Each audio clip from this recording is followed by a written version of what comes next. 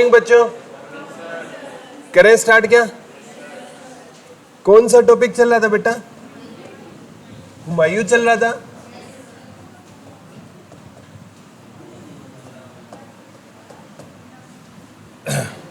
It means हमने बाबर पढ़ लिया था, पूरा हो गया था बाबर हमारा। ठीक है, तो हुमायूं चल रहा था। हुमायूं का मैंने बताया था बेटा, हुमायूं था, इसके पिता का नाम क्या होता था? बाबर होता था। माँ का नाम क्या होता था? महाम। महाम बेगम इनकी क्या होती थी? माँ होती थी। हुमायूं का जन्म कब हुआ था? 1508 में जन्म हुआ। और हुमायूं गद्दी पर कब बैठेगा? 1530 में। आगरा की गद्दी पहले ये कहाँ का राजा बनेगा? और राजा बनने से पहले ये कहाँ का गवर्नर होता था? बदकसा का गवर्नर होता था। यही क्वेश्चन आता है, हुमायूं राजा बनने से पहले कहाँ का गवर्नर होता था बेटा? बदकसा का हुमायूं राजा बनने से पहले क्या होता था? गवर्नर होता था। आपको मैंने बताया था, इसने बदकसा अपने चचेरे भाई सुलेमान मिर्जा को दे दिया। इसने कामरान को क्या दे दिया था? काबुल दे दिया था। अस्कर को क्या दे दिया था? कंधार दे दिया था।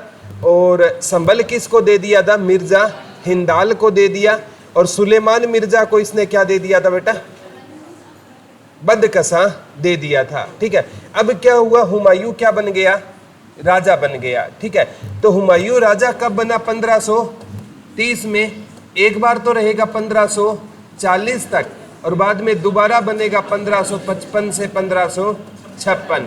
भारतीय इतिहास का एकमात्र ऐसा राजा है जो 2 बार कहां पर बैठा था बेटा? गद्दी पर बैठा। अगर 2 बार पूछे किस राजा का राज्याभिषेक हुआ? औरंगजेब। दोनों क्वेश्चन आ चुके हैं, लिख लो। भारतीय इतिहास का ऐसा राजा बताओ जिसका 2 बार राज्याभिषेक हुआ? औरंगजेब। लिख लो, भारतीय इतिहास का ऐसा राजा जिसका 2 बार राज्याभिषेक हुआ? औरंगजेब। और 2 बार गद्दी पर कौन बैठा था बेटा? पहली बार 30 से 40, दूसरी बार 55 से 56। बीच में 15 वर्ष के लिए सूर्यवंश आ गया था। कौन सा वंश आ गया था? सूर्यवंश आ गया था। सूर्यवंश कितने साल रहा बेटा? 15 साल क्या रहा था? सूर्यवंश रहा था। ठीक है, अब मैंने बताया था जैसे मतलब हुमायूं की मृत्यु हुई ना, तो हुमायूं को कहाँ दफनाया गया था? आगरा के रामबाग में दफनाया गया। कहते हैं हुमायूं ने, जो बाबर था ना, उसने अपनी अंतिम इच्छा हुमायूं को बताई नहीं थी। ऐसा भी हम पढ़ते हैं बाबरनामा में। किस में पढ़ते हैं बेटा? बाबरनामा में पढ़ते हैं। बाबरनामा किसने लिखी थी? खुद बाबर ने लिखी। किस भाषा में लिखी बेटा? तुर्की भाषा में लिखी। और इसको ना बाद में क्या कहा जाए? तुजक ए बाबरी कहा गया। जब इसका अनुवाद किस में करवाया गया? फारसी में। ये किसने करवाया बेटा? अब्दुल फजल नहीं, अब्दुल रहीम खान ए खाना ने करवाया। तो इस तुजक ए बाबरी या बाबरनामा में ये लिखा हुआ था कि बाबर की असीम इच्छा थी कि इसको ना कहाँ पर दफनाया जाए? काबुल में दफनाया जाए। बाद में कहते हैं बेटा इसके मकबरे को बाबर के कहाँ ले जाया गया? काबुल में ले जाया गया। यानी इसकी अस्थियां थी ना, उसकी कब्र को खोदा गया, और इसकी जितनी भी अस्थियां थी ना, उनको कहाँ ले जाया गया? काबुल ले जाया गया। आज बाबर का मकबरा पूछे ना कहाँ पर रहेगा? काबुल रहेगा बेटा। ऐसे 3 ये मुगल बादशाह है जिनके मकबरे भारत से बाहर है। एक जहांगीर का शाहदरा लाहौर में है। जहांगीर का कहाँ पर है बेटा? शाहदरा लाहौर में है। ठीक है, और एक आपका रहेगा बहादुर शाह जफर। बहादुर शाह जफर कहाँ पर है इनका मकबरा? बहादुर शाह जफर वही है जिनकी कब्र के बाहर लिखा हुआ था कि कितना बदनसीब राजा है, मरने के बाद वतन की 2 गज रंगून में, जैसे आप पढ़ते हो ना। ठीक है, तो 3 ऐसे भारतीय राजा है जिनके मकबरे भारत से क्या रहेंगे? बाहर रहेंगे। बाबर का कहाँ पर रहेगा? काबुल में रहेगा। ठीक है, एक जहांगीर का लाहौर में है, और बहादुर शाह जफर का मकबरा भी भारत से बाहर रंगून में। तो 3 भारतीय राजा है जिनके मकबरे भारत से क्या रहेंगे? बाहर रहेंगे। हालांकि मुगल बादशाह है, लेकिन मकबरे नहीं है उनके भारत में है। बाकी जितने भी मुगल बादशाह थे ना, लगभग उनके मकबरे हैं ना, ठीक है, दिल्ली के आसपास या कुछ के आगरा में, ठीक है, यहीं पर उनके क्या रहेंगे, मकबरे रहेंगे। याद रह जाएगा ना। औरंगजेब का मकबरा महाराष्ट्र में है, ठीक है, औरंगाबाद महाराष्ट्र में किसका मकबरा है, औरंगजेब का। वो आगे आगे हम पढ़ते चलेंगे। यहां तक कोई डाउट है क्या? ठीक है। अब हुमायूं क्या बन गया बेटा, राजा बन गया, ठीक है।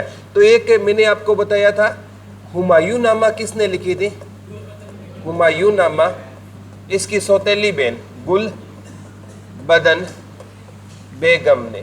लेकिन ये क्वेश्चन आता है, हुमायूं का मकबरा किसने बनवाया, हुमायूं का मकबरा ये हाजी बेगम ने बनवाया।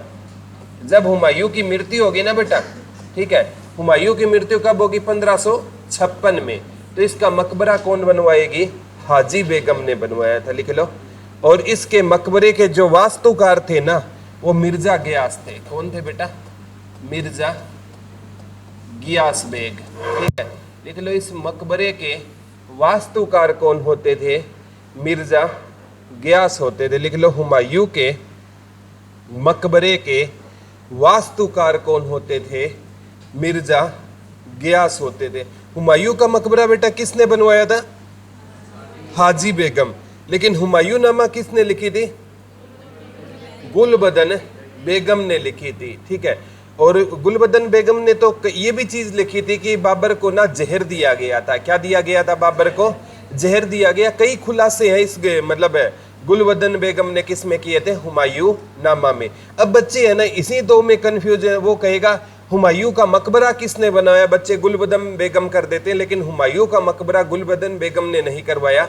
किसने करवाया था बेटा, हाजी बेगम ने करवाया था। किसने बनवाया था हुमायूं का मकबरा, हाजी बेगम ने हुमायूं का क्या करवाया था, मकबरे का निर्माण करवाया था, ठीक है। तो हुमायूं का, जैसे लास्ट लेक्चर में शायद हमने पढ़ा था, ये किस विद्या में विश्वास रखता था, ज्योतिष विद्या में क्या रखता था, विश्वास रखता था, ठीक है। और एक है ना, ये कहते हैं किसका शौकीन होता था बेटा, अफीम का क्या होता था, शौकीन होता था। सप्ताह में ये 7 दिन है ना, 7 अलग प्रकार के क्या पहनता था बेटा, कपड़े पहनता था, ठीक है। अब है ना, हुमायूं के हम अभियान की बारे में पढ़ेंगे कि हुमायूं ने क्या क्या चीजें जीती थी। मतलब राजा बनते ही ना 1531 में ये कलिंजर अभियान पर गया था। किस अभियान पर गया बेटा, कलिंजर अभियान पर गया था, ठीक है। 1532 में देवरिया अभियान, 1533 में इसने शहर बसाया, ठीक है, जिसका नाम था दीन पना, ठीक है। 1535-36 में, ठीक है, इसका संघर्ष हुआ बेटा, ठीक है, हाँ, बहादुर शाह से। किससे हुआ, वेरी गुड, बहादुर शाह से इसका 1538 के आसपास है ना, इसने चुनार गढ़ का किला जीता, ठीक है। और यहाँ से आते हुए इसने ना बंगाल को जीता था, ठीक है। 1539 में फिर हम पढ़ेंगे कौन सा युद्ध लड़ेगा, ये चौसा का युद्ध लड़ेगा। और 1540 में ये कन्नौज या बिलग्राम का युद्ध लड़ेगा। पहले ये लिख लो बेटा, फिर इनको याद कराते हैं। इनके शुरुआती अभियान लिख लो हुमायूं के। 1531 में कलिंजर अभियान लिख लो। 1531 में कौन से अभियान पर गया था, ये कलिंजर अभियान पर गया था, लिख लो। 1531 में कौन से अभियान पर गया था, कलिंजर अभियान पर गया था, लिख लो। 1531 में कौन से अभियान पर गया था, ये कलिंजर अभियान पर गया था। किस अभियान पर गया था बेटा, कलिंजर अभियान पर कब गया था ये, 1500 बता दो 31 में। यहाँ का कोई राजा था प्रताप रुद्रदेव, प्रताप रुद्रदेव, ठीक है। इसको इसने हरा दिया। कुछ कहते हैं इन दोनों में ना क्षतिपूर्ति के रूप में क्या हो गई थी, संधि हो गई थी। क्या हो गई थी बेटा, संधि हो गई थी, ठीक है। इतना बड़ा मुगल बादशाह अगर किसी राजा से संधि कर रहा है ना, तो ये उसकी क्या मानी जाती है, हार मानी जाती है। ठीक है, तो वैसे 1531 में किताबें बताती है इसने देवरिया को जीत लिया, और इसकी हार इन दी सेंस इसलिए हम मान सकते हैं कि इसने उस राजा से क्या कर ली, संधि। अब संधि एक समझौता होता है ना, ठीक है, बीच बचाव की चीजें होती है संधि। अगर ये इतना शक्तिशाली होता तो देवरिया को अपने में मिला लेता ना, तो इसने क्या कर ली बेटा, संधि कर ली। 1500 कलिंजर अभियान पर गया, इसने प्रताप रुद्र देव से क्या कर ली, संधि। अब देवरिया अभियान पर कहते हैं बेटा, ठीक है, इसने ना वहां का एक शासक होता था महमूद लोदी, ठीक है, और महमूद लोदी का इस युद्ध में साथ दिया था शेर खान ने। किसने साथ दिया बेटा, शेर खान ने क्या दिया था, साथ दिया। तो इस युद्ध में ना, देवरिया युद्ध में ना, ये अगर पूछे ना हुमायूं ने किसको हरा दिया था बेटा, ठीक है, महमूद लोदी को हरा दिया था। ठीक है, इस युद्ध में लिख लो, हुमायूं ने किसको हरा दिया था, महमूद लोदी को हरा दिया। वैसे लोदी वंश का अंत तो हो गया था बेटा 1526 में, जब बाबर ने भारत पर क्या किया था, आक्रमण। लेकिन लोदी वंश का संपूर्ण अंत पूछे ना तो 1532 में। लिख लो, लोदी वंश का संपूर्ण अंत कब हुआ, लोदी वंश का संपूर्ण अंत कब हुआ था बेटा, 1532 में हो गया था। लोदी वंश का संपूर्ण अंत कब हो गया था, 1532 में हो गया था। 31 में हुमायूं का कौन सा अभियान है, ये कलिंजर वही है बेटा जिसमें 1545 में शेरशाह सूरी की इस अभियान पर मृत्यु हो जाएगी, कलिंजर अभियान पर। ठीक है, तो ये कलिंजर इंपॉर्टेंट है। 1532 में क्या किया हुमायूं ने, कहां पर आक्रमण किया, देवरिया पर। वहां का राजा कौन था, महमूद लोदी होता था। ठीक है, और कहते इसने महमूद लोदी को हराया, लेकिन इस युद्ध में इसका साथ किसने दिया, शेर खान। तो बेटा पहले युद्ध में ना अगर पूछे हुमायूं और शेरशाह सूरी पहली बार आमने सामने कब भिड़े थे, 1532 में। इस युद्ध में हुमायूं की जीत हुई और शेरशाह सूरी की हार। क्योंकि किताबों में हम पढ़ते हैं 1539 में शेरशाह सूरी ने चौसा का युद्ध जीता, 40 में कन्नौज का युद्ध जीता। तो हम यही सोचते हैं कि शेरशाह सूरी ने हुमायूं को हमेशा ही हराया, लेकिन वो पूछेगा पहले युद्ध में कौन विजयी हुआ था, तो हुमायूं जीता था और शेरशाह सूरी हारा था। वो कौन सा युद्ध था बेटा,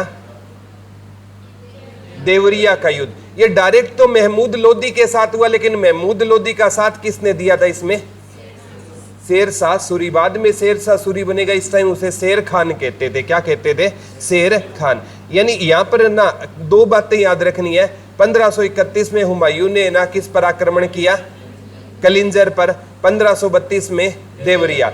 कलिंजर का शासक प्रताप रुद्र देव और यहाँ का जो देवरिया का महमूद लोदी, साथ किसने दिया, शेर खान ने। ठीक है, याद रह जाएगा ना। 1533 में हुमायूं ने कौन सा शहर बसाया, ये बहुत बार आ गया है, दीनपना। लिख लो, 1533 में हुमायूं ने कौन सा शहर बसाया था बेटा, दीनपना शहर बसाया था। कौन सा शहर बसाया था, दीनपना शहर बसाया था। यह क्वेश्चन आएगा। और इसी दीनपना की सीढ़ियों से गिरकर हुमायूं की क्या होगी, मृत्यु होगी। ठीक है, अब कहते हैं 1535-36 में ना, ठीक है, इसने किसके विरुद्ध अभियान किया, बहादुर शाह। ये बेटा बहादुर शाह वही है। ठीक है, कहते हैं एक रानी होती थी चित्तौड़ की, जिसका नाम होता था रानी कर्णावती। क्या होता था, रानी कर्णावती नाम होता था। इसने कहते हैं हुमायूं को पहली बार क्या भेजी थी, राखी भेजी थी। ये पेपर में आता है बेटा।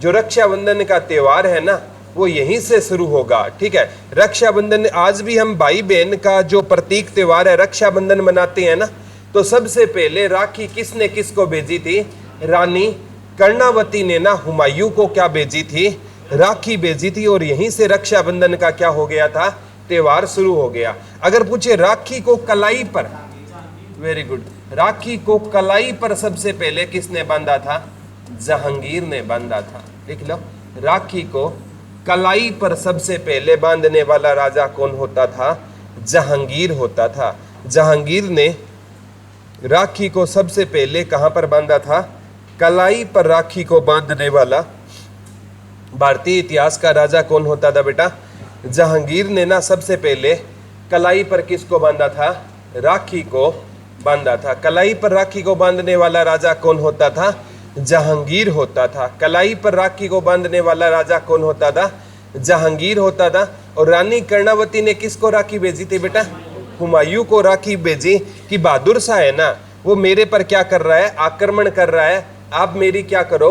रक्षा। अब कुछ किताबें तो कहती है बेटा हुमायूं ने रानी कर्णावती की रक्षा की, और कुछ किताबें बताती है इसने रक्षा नहीं की। कहते हैं ये बहादुर शाह है ना, इसने रानी कर्णावती पर आक्रमण किया और किसको जीत लिया? चित्तौड़। और फिर हुमायूं ने 1535-36 में ना चित्तौड़ किससे छीन लिया? बहादुर शाह से छीन लिया। तो इतना याद कर लेना, ये चित्तौड़ किसके पास आ गया बेटा? हुमायूं के पास आ गया। हुमायूं ने चित्तौड़ को पाने के लिए किसको हराया था? बहादुर शाह। बहादुर शाह भी है ना बेटा, एक क्या होता था? अफगान होता था। और बाबर भी क्या होता था? एक अफगान। तो बहादुर शाह ने ना इसको कहा कि ये रानी कर्णावती है, ये चित्तौड़ की रानी है, राजपूत रानी है, और हम राजपूतों के खिलाफ जिहाद कर रहे हैं, ठीक है। तो कहते हैं बाबर ने ना फिर है ना इसकी मतलब रानी कर्णावती की सहायता नहीं की थी, कुछ कहते हैं की थी। लेकिन and moral of the story क्या रहेगा कि रानी कर्णावती से सबसे पहले चित्तौड़ किसने छीना? बहादुर शाह ने। और बहादुर शाह से चित्तौड़ किसने छीन लिया? हुमायूं ने। याद रह जाएगा ना। 1538 में कौन सा अभियान है? चुनारगढ़ का अभियान है। इस अभियान से लौटते टाइम इसने किसको जीता? बंगाल। ये थोड़ा थोड़ा है ना, इससे मतलब चौसा के युद्ध से पहले की घटनाक्रम थोड़ा सा याद लिख लो, ठीक है। यहाँ से क्वेश्चन कभी बने तो, ठीक है। 1531 में कलिंजर अभियान, 1532 में देवरिया, 1533 में दीनपना, 1535-36 में बहादुर शाह से चित्तौड़ छीना, 1538 में चुनारगढ़ का। अब 1539 में कौन सा युद्ध हुआ बेटा? बता दो। चौसा का युद्ध हुआ। चौसा के युद्ध में ना कहते हैं ये युद्ध है ना गंगा और कर्मशा नदी, गंगा और कर्मशा नदी के किनारे लड़ा गया। और ये चौसा है ना वर्तमान में बिहार में है, ठीक है, लिख लो। ये चौसा कहाँ पर रहेगा बेटा? बिहार में रहेगा, लिख लो। ये चौसा कहाँ पर रहेगा? बिहार में रहेगा। ये एरिया किसके बीच में है बेटा? गंगा और कर्मशा नदी। गंगा की कोई छोटी पुराने टाइम में एक सहायक नदी मानी जाती थी। तो गंगा और कर्मशा नदी के बीच में कौन सा स्थान रहेगा? चौसा रहेगा। तो कौन सा युद्ध लड़ा गया बेटा? चौसा का युद्ध लड़ा गया। कब लड़ा गया था? 1539 में लड़ा गया। कहते हैं जून 1539 में चौसा का युद्ध लड़ा जाएगा और मई 1540 में कन्नौज का युद्ध लड़ा जाएगा। ये किस महीने में लड़ा गया बेटा? जून 1539 में कौन सा युद्ध लड़ा गया? चौसा का युद्ध लड़ा। इसमें एक तरफ तो था बेटा शेर खान, ठीक है, क्योंकि ये युद्ध जीतने के बाद वो शेरशाह बनेगा। एक तरफ यानी शेर खान था, जिसे हम क्या पढ़ते हैं बेटा? शेरशाह सूरी। तो ये युद्ध है ना, आपके जानकारी के लिए बता देता हूँ, शेरशाह सूरी और किसके बीच में हुआ था? हुमायूं के बीच में हुआ। इस युद्ध में ना शेरशाह सूरी ने किसको हरा दिया बेटा? हुमायूं को हरा दिया था। देख लो, इस युद्ध में शेरशाह सूरी ने किसको हरा दिया था बेटा? हुमायूं को हरा दिया था। इस युद्ध में शेरशाह सूरी, देखो 1531 में ना हुमायूं ने देवरिया का युद्ध जीतकर संधि की। 1532 में ना इसने जो 31 में कलिंजर को जीता, 1532 में देवरिया का युद्ध हुआ ना, इसने जरूर हरा दिया बेटा महमूद लोदी और शेर खान को, लेकिन वहां भी ये संधि कर कर आ गया, ठीक है। तो 1531 में भी इसने संधि की, 1532 में भी इसने संधि की, 1533 में दीनपना बसाया, 35-36 में चित्तौड़ को जीता, 38 में चुनारगढ़ को जीता, 1539 में ये कौन सा युद्ध हार गया? चौसा का युद्ध हार गया। कब हुआ था चौसा का युद्ध? 1500। हुमायूं की क्या होती है इस युद्ध में? हार होती है। लेकिन हुमायूं जैसे तैसे है ना बेटा कौन सी गद्दी बचा लेता है? दिल्ली की गद्दी बचा लेता है। तो हुमायूं की हार जरूर हो गई इस युद्ध में, लेकिन हुमायूं ने ना दिल्ली की गद्दी बचा ली। लेकिन हुमायूं इस युद्ध में जीवन की दूसरी सबसे बड़ी भूल करता है कि ये तोप लेकर नहीं गया। इस युद्ध में क्या लेकर नहीं गया बेटा? तोप लेकर नहीं गया था। लिख लो, हुमायूं इस युद्ध में जीवन की दूसरी सबसे बड़ी गलती करता है। हुमायूं इस युद्ध में जीवन की दूसरी सबसे बड़ी गलती करता है बेटा। ये क्या लेकर नहीं गया था इस युद्ध में? तोप लेकर नहीं गया था। और इस युद्ध में हुमायूं की क्या होती है? हार हो जाती है। याद रह जाएगा बेटा, वेरी गुड। ठीक है, अब 1540 में युद्ध होगा जिसे हम पढ़ेंगे कन्नौज या बिलग्राम का युद्ध। ये चौसा का युद्ध जीतते ही ना शेर खान ने ना कौन सी उपाधि ले ली? शेरशाह की। लिख लो, इस युद्ध को चौसा का युद्ध जीतते ही ना शेर खान ने कौन सी उपाधि ले ली? शेरशाह की उपाधि ले ली। लिख लो, चौसा के युद्ध जीतते ही किसकी उपाधि ले ली थी बेटा? शेर खान की उपाधि ले ली थी। कौन सी उपाधि ले ली थी? शेर खान की। 1538 में इसने किसको जीता था? चुनारगढ़ के किले को। और ये चुनारगढ़ का किला है, बाद में चला जाएगा शेरशाह सूरी का, क्योंकि ये उसी का किला था। और शेरशाह सूरी का कल पढ़ाऊंगा, उसके बचपन का नाम है फरीद था। तो चुनारगढ़ के किले में फरीद रहता था। और कहते हैं इसमें ना इसने शेरशाह सूरी को ये चाहता तो मार सकता था, लेकिन जब मैं सूरवंश पढ़ाऊंगा ना तब बताऊंगा। शेरशाह सूरी का एक बेटा होगा कुतुब खां, उसको ना ये किसके पास भेज देता है? हुमायूं के पास है, भेज देगा। ठीक है, कल इसको और हम एलोबरेट करेंगे जब हम सूरवंश पढ़ेंगे। यहाँ तो हुमायूं में ना इसके इतने अभियान याद रखना। 1531 में कलिंजर, 1532 में देवरिया, 33 में दीनपना, 35-36 में बहादुर शाह के विरुद्ध चित्तौड़ अभियान, और 1538 में चुनारगढ़, और उससे आते टाइम बंगाल को जीता। 39 में चौसा और 40 में कन्नौज। ये युद्ध सबसे ज्यादा पूछा जाएगा 1540 में, क्योंकि इससे मुगल सत्ता एक बार समाप्त हो जाएगी। कन्नौज या बिलग्राम का युद्ध कहते हैं बेटा। थोड़ा सा मैं इतिहास में आपको ले चलता हूं। 1500 ना, ठीक है, 28 में एक युद्ध हुआ था। ठीक है, देखो बाबर के मैंने युद्ध पढ़ाए थे। ठीक है, एक बाबर ने ना खानवा के युद्ध में 1527 में किसको हराया था? राणा सांगा को। और बाबर ने खानवा के युद्ध के बाद कौन सा युद्ध लड़ा था बेटा? बाबर के युद्ध नहीं पढ़ाए थे? चंदेरी का। ठीक है, जो ये चंदेरी का युद्ध हुआ था ना मेदिनी राय के साथ। किसके साथ? मेदिनी राय। तो इस युद्ध में ना कहते हैं बेटा जो शेरशाह सूरी है ना, शेरशाह सूरी, ठीक है, वो इस टाइम में जो सत्ता की बागडोर बाबर के पास थी, तो बाबर का क्या होता था? सेनापति होता था। ठीक है, तो बेटा देखो शेरशाह सूरी है ना, ये मुगलों का सेनापति भी रह चुका था, और इसी ने मुगल वंश को एक बार क्या कर दिया था? समाप्त कर दिया था। कितनी बड़ी बात है, सेनापति होकर। ये सुनकर अजीब लगेगा, शेरशाह सूरी ने मुगलों की सेना में क्या किया था? काम किया था। ठीक है, और ये किसी टाइम में ना हुमायूं का ना बहुत अच्छा, उम्र में हुमायूं से बहुत बड़ा था ये, लेकिन ना हुमायूं का ये क्या होता था? दोस्त होता था। कौन? शेरशाह सूरी। किस युद्ध में शेरशाह सूरी मुगलों की ओर से लड़ा था? चंदेरी का युद्ध। कब हुआ था? 1528 में। ये युद्ध जीतने के बाद है ना बाबर ने हुमायूं को अपने पास बुलाया और हुमायूं को कहा कि बेटा जीवन में ना तू शेरशाह सूरी से सावधान रहना, मेरे को इसके माथे पर राजयोग दिखाई दे रहा है। ठीक है, फिर कहते हैं हुमायूं ने ना तुरंत शेरशाह सूरी को अपनी सेना से क्या कर दिया था? निकाल दिया। फिर है ना ये शेरशाह सूरी सौगंध खाता है और एक कोटेशन बोलता है, अगर भाग्य ने मेरा साथ दिया और सौभाग्य मेरा मित्र रहा तो मैं भारत से मुगलों को क्या कर दूंगा? बाहर कर दूंगा। जब हम सूरवंश पढ़ेंगे ना कल, तो वहां पर ये कोटेशन वगैरह हम डिटेल से पढ़ेंगे। ठीक है, तो यहाँ पर केवल इतना याद रखना है कि शेरशाह सूरी ने एक युद्ध किसकी ओर से लड़ा था? मुगलों की ओर से लड़। याद रह जाएगा ना, वेरी गुड। ठीक है, अब कहते हैं 1539 में 40 में कन्नौज या बिलग्राम का युद्ध हुआ। इसमें ना शेरशाह सूरी ने ना बुरी तरह किसको हरा दिया बेटा? इस युद्ध में भी हुमायूं की क्या होती है? हार होती है। हुमायूं दोबारा क्या लेकर नहीं गया बेटा? तोप लेकर नहीं गया। अब शेरशाह सूरी है ना किसको मारने के लिए आगे बढ़ा?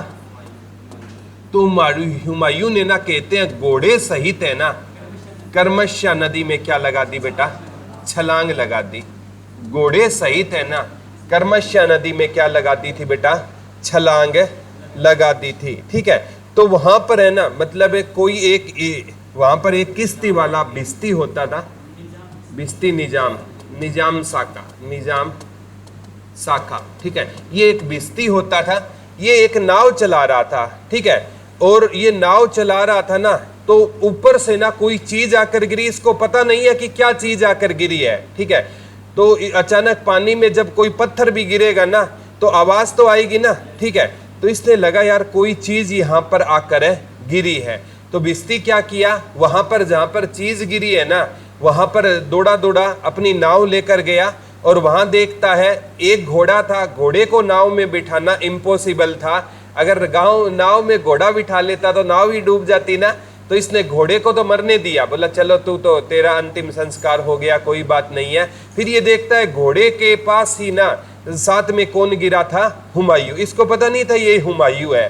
तो इसने ना हुमायूं को वहां से, कहते हैं बेटा इस कर्मश्या नदी में अगर 100 आदमी छलांग लगाई तो 99 का मरना तय था, एक ही बच सकता था, वो था हुमायूं, ठीक है। ये मुगलों की इतनी अच्छी किस्मत है बेटा। आप देखोगे पहले युद्ध में ना 12,000 सैनिक लेकर आया बाबर और 1 लाख वाली किस सेना को हरा देता है, इब्राहिम लोदी की सेना को हरा देता है। यहाँ हुमायूं लगभग मर गया लेकिन निजाम ने उसको बचा लिया। और 1556 में ना हेमू है ना, कहते हैं मुगल सेना पर भारी था और हेमू की आंख में तीर ना लगता तो वो मुगलों को भारत से बाहर कर दिया। मुगल है ना, ये किस्मत के इतने धनी है आप सोच भी नहीं सकते। अब शेरशाह सूरी ने ना यहाँ पर क्या सोचा कि हुमायूं की क्या हो गई है, मृत्यु हो गई है। शेरशाह सूरी है ना, इसने सोचा कि अब है ना आज के बाद भारत में कौन सा वंश नहीं रहेगा, मुगल वंश नहीं रहेगा, ठीक है। बिल्कुल फिल्मी स्टोरी चल रही है, ठीक है। जब विलन सोचता है कि हीरो मर गया, ठीक है, और हीरो 15 साल बाद वो जिम वगैरह ज्वाइन करके दोबारा 15 साल बाद विलन के सामने आ जाता है, वो सेम की सेम स्टोरी यहाँ पर क्रिएट होती है, ठीक है। अब हुमायूं ने क्या, मतलब शेरशाह सूरी ने क्या सोचा, हुमायूं तो बिस्ती ने सबसे पहले इस हुमायूं को बाहर निकाला। कहते हैं इसके पेट में पानी भर गया, उसने पानी वगैरह निकाला। थोड़ी देर बाद हुमायूं को होश आया तो इसने पूछा बेटा तू कौन है। तो हुमायूं रोने लग जाता है, कहता बाबा कुछ टाइम पहले तो मैं भारत का बादशाह था, अब आपने मेरी जान बचाई है, मेरे पास आपको देने के लिए कुछ पैसे भी नहीं है। तो ये कहते हैं निजाम ने कहा बेटा एक दिन तो दोबारा भारत का क्या बनेगा, बादशाह बनेगा। और कहते हैं जब हुमायूं बाद में दोबारा बादशाह बनेगा ना तो एक दिन के लिए इस निजाम को राजा भी बनाएगा, ठीक है। ये किताबों में लिखा हुआ है। इसने इस निजाम को कुछ कहते हैं 1 घंटे के लिए बनाया, कुछ कहते हैं 1 दिन के लिए। और जब ये राजा बना ना तो इसने चमड़े के क्या चला दिए थे, सिक्के चला दिए थे इसी निजाम ने, ठीक है। तो 1540 में कौन सा युद्ध हुआ था बेटा, कन्नौज या बिलग्राम का युद्ध हुआ। इसमें किसकी हार हो जाती है, हुमायूं की हार हो जाती है, ठीक है। अब कहते हैं हुमायूं है ना यहां से भाग गया, ठीक है। कभी ये आगरा गया, ठीक है, और कभी है ना ये अपने भाइयों के पास गया, क्योंकि इसके भाइयों के पास कंधार वगैरह था ना, काबुल था, कंधार था, ठीक है। और ये उन आगरा गया, कंधार गया, सिंध गया, ठीक है। लेकिन इसकी ना किसी ने क्या नहीं की बेटा, मदद नहीं की, किसी ने सहायता नहीं की। फिर कहते हैं एक बेरम खां था, बेरम खां, ठीक है। बेरम खां ने कहा कि तू ईरान जा, ठीक है, ईरान चला जा और ईरान में ना तू है ना वहां पर एक शाह रहता है, उसकी क्या मांग ले, शरण मांग ले, ठीक है। तो कहते हैं ये ईरान भी गया और उस शाह ने इसको क्या दे दिया था, धोखा दे दिया था, ठीक है। लिख लो ये कहाँ पर गया था हुमायूं, लिख लो ये मदद मांगने के लिए, लिख लो हुमायूं मदद मांगने के लिए आगरा भी गया था, ठीक है। अपने भाइयों के पास भी गया क्योंकि इसके भाई के पास काबुल कंधार था, ठीक है। लेकिन इसकी किसी ने क्या नहीं की थी, मदद नहीं की थी। बेरम खां इसका इतेसी था, ठीक है। बेरम खां है ना इसका क्या होता था बेटा, इतेसी होता था। बेरम खां चाहता था ये क्या बने, राजा बने, ठीक है। अब कहते हैं हुमायूं ने जब गद्दी तो चली गई तो 1541 में हुमायूं ने सोचा कि मैं शादी कर लेता हूं। तो इसने शादी कर ली हमीदा बानो बेगम से, हमीदा बानो बेगम से क्या कर ली, जो मीर अली की पुत्री होती थी, ठीक है। किसकी पुत्री होती थी, हमीदा बानो बेगम के पति का नाम क्या होता था बेटा? मीर अली होता था, हमीदा बानो बेगम के। ठीक है, पिता का नाम, पति का नाम नहीं बेटा, पिता का नाम क्या होता था? पति तो कौन होगा इसका? हुमायूं। ठीक है, पति कौन होगा बेटा इसका? हुमायूं। तो अकबर के पिता का नाम हुमायूं था, माँ का नाम क्या था? हमीदा बानो बेगम। यही दोनों क्वेश्चन आते हैं। अकबर के, लिख लो, अकबर के पिता का नाम क्या होता था? हुमायूं होता था। और अकबर की माँ का नाम क्या होता था? हमीदा बानो बेगम। तो मीर अली अकबर के नाना हुए। मीर अली कौन होते थे? अकबर के नाना कौन होते थे बेटा? मीर अली होते थे। ठीक है, तो ये है ना, मतलब सबसे इंपॉर्टेंट है। 1531 में इसकी शादी होती है। 1542 में ना किसका जन्म होता है? अकबर के जन्म। तो अकबर का जन्म किसकी कोख से हुआ? हमीदा बानो बेगम की। लिख लो, अकबर की माँ का नाम क्या होता था? हमीदा बानो बेगम होता था। अकबर की माँ का नाम क्या होता था? हमीदा बानो बेगम। हमीदा बानो बेगम किसकी माँ होती थी बेटा? अकबर की क्या होती थी? माँ होती थी। और अकबर के पिता का नाम क्या होता था? हुमायूं होता था। ठीक है, अब अकबर का जन्म 1542 में हुआ ना, ये हुआ बेटा अमरकोट में। अमरकोट में, वेरी गुड। राजा वीरसाल के महल में। लिख लो, अकबर का जन्म कहाँ पर हुआ? अमरकोट में, राजा वीरसाल के महल में। अकबर का जन्म कहाँ पर हुआ था? अमरकोट में, राजा वीरसाल के महल में अकबर का क्या होता है? जन्म होता है। और राजा वीरसाल एक हिंदू राजा था बेटा। कौन सा राजा था? हिंदू राजा था। इसीलिए ना अकबर आगे चलकर हिंदुओं से क्या करेगा? प्यार करेगा। लिख लो, इसीलिए अकबर आगे चलकर किससे प्यार करेगा? हिंदुओं से। क्योंकि राजा वीरसाल ने ना अकबर के साथ कभी भी, क्योंकि उसको पता था अकबर मुसलमान है, वो हिंदू है, लेकिन उसके साथ कभी भी बुरा व्यवहार नहीं किया। अब हुमायूं को पता था कि अगर तेरा पता चल गया ना, किसको बेटा? शेर शाह सूरी को भी तू जिंदा है, वो तेरे को मार देगा। तो कहते हैं अकबर को ना, एक इसकी दाया माँ थी महामंगा। क्या नाम था बेटा? महामंगा। इसके पास इसको छोड़कर चला गया। ठीक है, अकबर को ना दाया माँ के पास हुमायूं ने क्या किया बेटा? छोड़ दिया। ठीक है, अकबर को किसके पास छोड़ दिया? हाँ, इसकी मतलब आप कह सकते हो दाया माँ बोल सकते हो या दासी बोल सकते हो। ये दासी के पास अकबर की क्या होती है? परवरिश होती है। इसीलिए अकबर क्या रह गया बेटा? अनपढ़ रह गया। अब दासी है, खुद मांग कर खाएगी राजा से, इसीलिए अकबर क्या रह गया? अनपढ़ रह गया। लिख लो, अकबर क्या था? भारतीय इतिहास का अनपढ़ राजा था। अकबर भारतीय इतिहास का कैसा राजा था बेटा?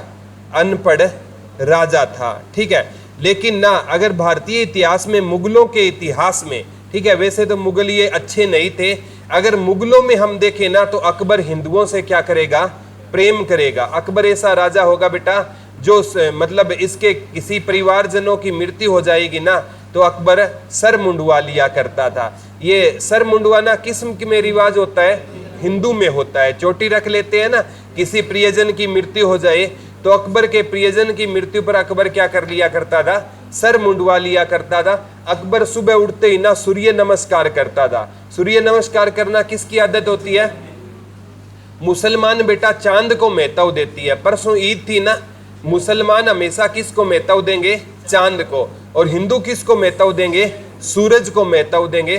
तो अकबर सुबह उठकर क्या करेगा? सूर्य। ये गुण इसके अंदर कहां से आ रहे हैं? क्योंकि इसका जन्म कहां पर हुआ? राजा वीरसाल के मेल में। वो हिंदू राजा था, इसीलिए अकबर हिंदुओं से क्या करेगा? प्रेम करेगा।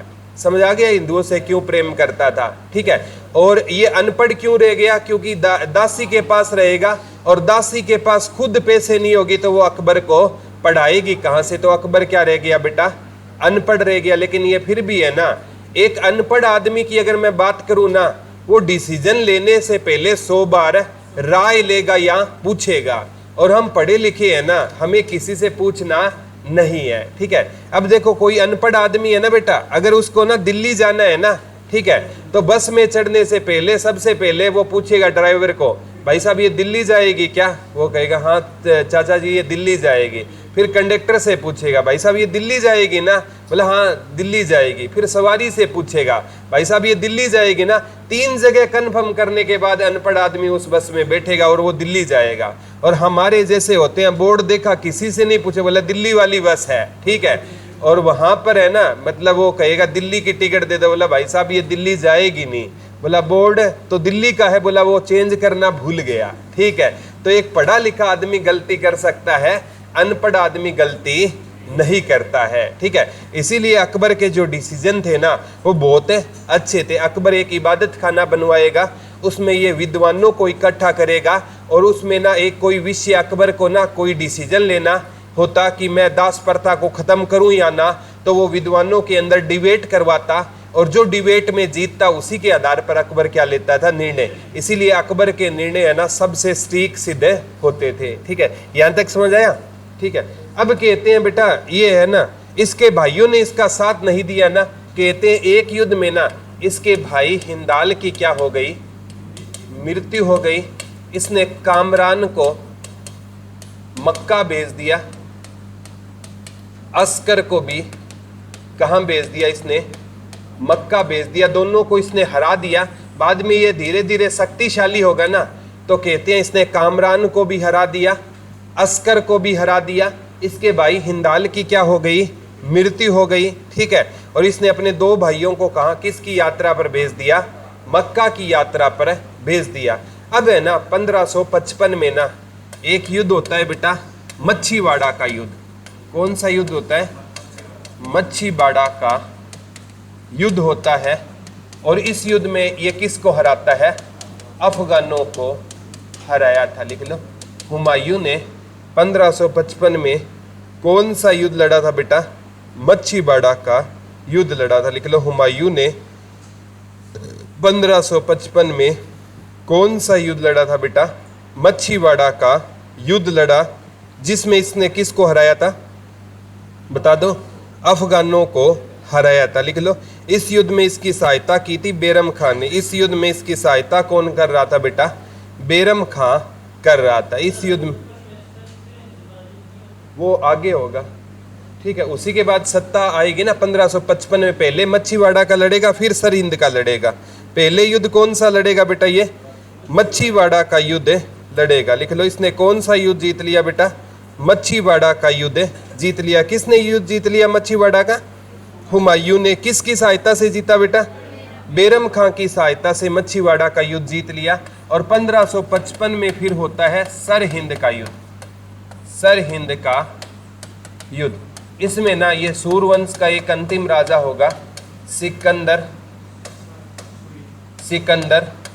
शाह सूरी, उसको इसने हराया था। लिख लो, हुमायूं ने सरहिंद के युद्ध में किसको हराया था, सिकंदर शाह सूरी को हराया था। लिख लो, हुमायूं ने सरहिंद के युद्ध में किसको हराया था बेटा, सिकंदर शाह सूरी को हराया था। हुमायूं ने सरहिंद के युद्ध में किसको हरा दिया था, सिकंदर शाह सूरी को हरा दिया। किस युद्ध में हरा दिया सिकंदर शाह सूरी को, सरहिंद के युद्ध में सिकंदर शाह सूरी को इसने क्या कर दिया, हरा दिया। और 1555 में दोबारा कौन सी सत्ता भारत में आ गई है, मुगल सत्ता भारत में आ गई।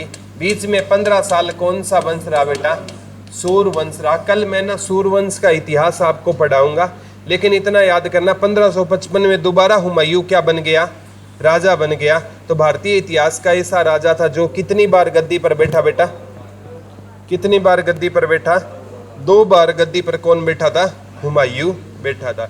भारतीय इतिहास का ऐसा राजा था जो कितनी बार गद्दी पर बैठा, याद रह जाएगा ना, 2 बार ये गद्दी पर बैठा।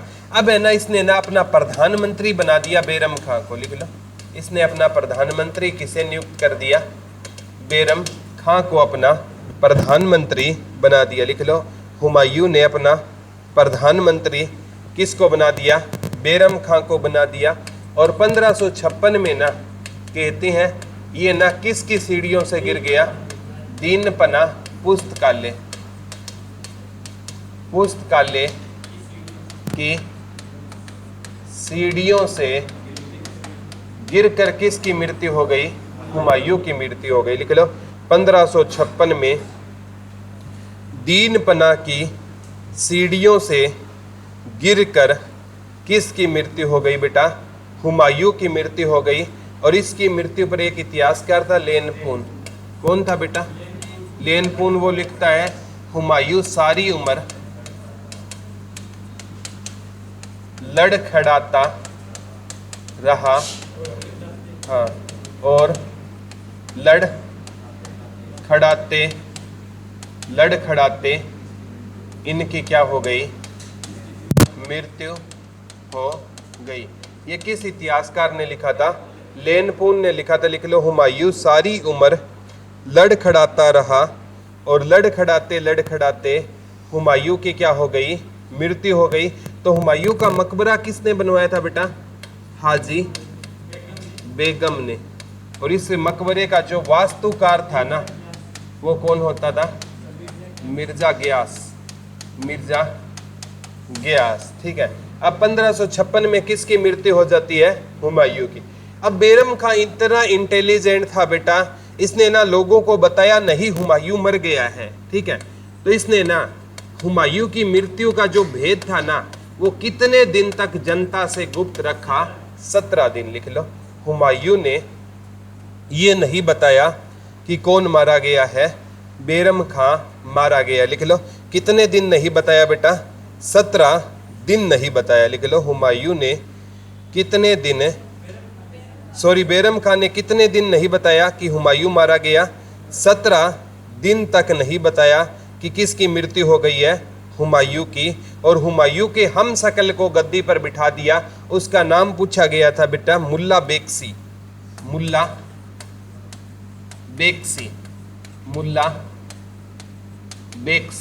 ये मुल्ला बेक्सी है ना, ये हुमायूं का हम शकल था। तो मुल्ला बेक्सी लिख लो कितने दिन तक राजा रहा? 17 दिन तक राजा रहा। मुल्ला बेक्सी कितने दिन तक राजा रहा? लिख लो मुल्ला बेक्सी कितने दिन तक राजा रहा? तो मुल्ला बेक्सी कितने दिन तक राजा रहा बेटा? बता दो। 17 दिन तक राजा रहा। और हुमायूं का वास्तविक नाम क्या था? नसीरुद्दीन हुमायूं। बाबर का जहीरुद्दीन बाबर था ना, तो हुमायूं का वास्तविक नाम था नसीरुद्दीन हुमायूं। लिख लो हुमायूं का वास्तविक नाम क्या था? नसीरुद्दीन हुमायूं। लिख लो हुमायूं का वास्तविक नाम क्या होता था बेटा? नसीरुद्दीन हुमायूं होता था। लिख लो हुमायूं का वास्तविक नाम क्या होता था? नसीरुद्दीन हुमायूं होता था। हुमायूं का वास्तविक नाम क्या होता था? नसीरुद्दीन हुमायूं। हुमायूं का कौन सा नाम था बेटा? वास्तविक नाम था। नाम क्या था हुमायूं का? नसीरुद्दीन हुमायूं। तो नसीरुद्दीन हुमायूं की ना, हुमायूं का हम शकल कौन होता था? मुल्ला बेक्सी। तो मुल्ला बेक्सी कितने दिन तक राजा रहा? फिर है ना, इसने जनता को बताया कि इस बैरम खां को पता था कि अकबर छोटा है, क्योंकि अकबर का जन्म 1542 में हुआ, घटना ये 1556 की है। तो अकबर कितने साल का था? 14। तो बैरम खां को भय था कि अकबर को कोई मार ना दे। तो 17 दिन तक ये एडजस्टमेंट करता रहा कि अकबर को मैं राजा कैसे बनाऊं। तो अकबर ऐसा राजा रहेगा जिसका इंटों के सिंहासन पर क्या होगा? राज्याभिषेक होगा, क्योंकि दिल्ली है ना हेमू के कब्जे में चली जाएगी। तो अकबर भारतीय इतिहास का ऐसा राजा था बेटा जिसका इंटों के सिंहासन पर क्या हुआ था? राज्याभिषेक हुआ था। अकबर है ना गद्दी पर बैठा किसके सिंहासन पर? इंटों के सिंहासन पर अकबर का क्या हुआ था? राज्याभिषेक हुआ। किसने किया था? बैरम खां ने किया। याद रह जाएगा ना। ठीक है। तो 1556 में किसकी मृत्यु हो गई बेटा? हुमायूं की मृत्यु हो गई। ठीक है। और हुमायूं की मृत्यु के बाद 1556 में ना राजा कौन बनेगा? अकबर बनेगा। और राज्याभिषेक किसके सिंहासन पर हुआ? इंटों के सिंहासन पर अकबर का क्या हुआ था? एकमात्र मुगल बादशाह है जो इंटों के सिंहासन पर क्या बैठता है? राजगद्दी पर बैठा था। लिख लो इसका राज्याभिषेक है, क्योंकि दिल्ली है ना उस पर कब्जा कर लिया था तुरंत बाद इसके राज्याभिषेक से पहले हेमू ने दिल्ली की गद्दी पर, कहते हैं ना दिल्ली की गद्दी पर बैठने वाला अंतिम हिंदू शासक कौन होता था? हेमू होता था। ठीक है, याद रह जाएगा ना। तो इसका क्या हो गया? राज्याभिषेक। कब हुआ अकबर का राज्याभिषेक? किसके सिंहासन पर हुआ? और राज्याभिषेक के टाइम में अकबर की उम्र कितने साल थी? 14। बाबर देखो 1483 में जन्म हुआ, 1494 में गद्दी पर बैठा। बाबर कितने वर्ष की उम्र में? 11। अकबर कितने वर्ष की उम्र में? 14। और हुमायूं है ना बेटा, ये 22 वर्ष की उम्र में। हुमायूं कितने वर्ष की में? क्योंकि 1508 में जन्म हुआ और 1530 में क्या बना? राजा। ठीक है, तो ये राज्याभिषेक के टाइम इनके कुछ शासकों की उम्र लिख लो। ठीक है, अकबर की उम्र कितने साल थी? 14। बाबर की उम्र कितने साल थी? 11। ठीक है, और जो हुमायूं की कितने साल थी? 22 साल एज थी। याद रह जाएगा ना, कोई डाउट तो नहीं है बेटा? आज वाला समझ आया कि नहीं आया टॉपिक? ठीक है, तो हुमायूं का टॉपिक आपका कंप्लीट होता है। ठीक है, कल हम है ना सूरवंश पढ़ेंगे और उसके बाद दोबारा से मुगल सत्ता शुरू होगी अकबर से। याद रह जाएगा ना, कोई डाउट तो नहीं है? हाँ, वो है ना, इसके दरबार में 2 चित्रकार भी थे। ठीक है, हुमायूं के दरबार में क्या रहते थे? 2 चित्रकार रहते थे, क्योंकि चित्रकला का स्वर्ण काल करवाएंगे हम। किसका काल? जहांगीर के काल। जब जहांगीर के काल के चित्रकार पढ़ेंगे ना, तो इसके 2 चित्रकार हम बताएंगे। तो वो किसके दरबार में रहते थे? हुमायूं के दरबार में भी क्या रहते थे बेटा? 2 चित्रकार। क्योंकि उस्ताद मंसूर वो जहांगीर के दरबार में आएगा, वो बहुत बेहतरीन चित्रकार होता था। ठीक है, तो लिख लो, हुमायूं ने भी चित्रकला को क्या दिया था? संरक्षण दिया था। हुमायूं ने भी चित्रकला को क्या दिया था बेटा? संरक्षण दिया था हुमायूं ने भी। और 1556 में हुमायूं की क्या हो जाती है? मृत्यु। हुमायूं नामा लिखी गुलबदन बेगम ने और हुमायूं का मकबरा बनवाया हाजी बेगम ने। और मीर बेगसी कितने दिन राजा रहा बेटा? 17 दिन राजा रहा। किसका हम शकल होता था? हुमायूं का। बेटा जैसे शिवाजी था ना, छत्रपति शिवाजी, उनका भी हम शकल था। क्योंकि छत्रपति शिवाजी को जब औरंगजेब कैद कर लेगा ना, तो कहते हैं जिस दिन शिवाजी का बर्थडे होता है ना, उस दिन है ना शिवाजी के दरबार में ना कोई टोकरी लेकर आया था फलों की। उस टोकरी के अंदर है ना शिवाजी का हम शकल आया था, और उस टोकरी को वहां पर छोड़ा और बाद में ना मतलब वापिस ले गए। तो उस टोकरी के अंदर कौन चला गया बेटा? शिवाजी चला गया, और उसका हम शकल है वहीं पर रह गया। जब औरंगजेब का शासनकाल पढ़ूंगा, एक हम पढ़ेंगे छत्रपति मराठा साम्राज्य, उसमें जब छत्रपति शिवाजी होते थे, राजाओं के पहले क्या होते थे बेटा? हम शकल होते थे। कई बार राजा युद्ध लड़ने खुद नहीं जाया करता था, अपने किसको भेज दिया करता था? हम शकल को भेज दिया करता था। तो इसका हुमायूं का हम शकल था नाम क्या था? मिर्जा बेगसी। कितने दिन तक राजा रहा? 17 दिन तक राजा रहा। लेकिन इतिहास में मिर्जा बेगसी का वर्णन नहीं है। ठीक है, थोड़ा सा इसको डिटेल में एनालिसिस करना। आज वाला समझ आ गया? यहाँ से आगे कल पढ़ेंगे।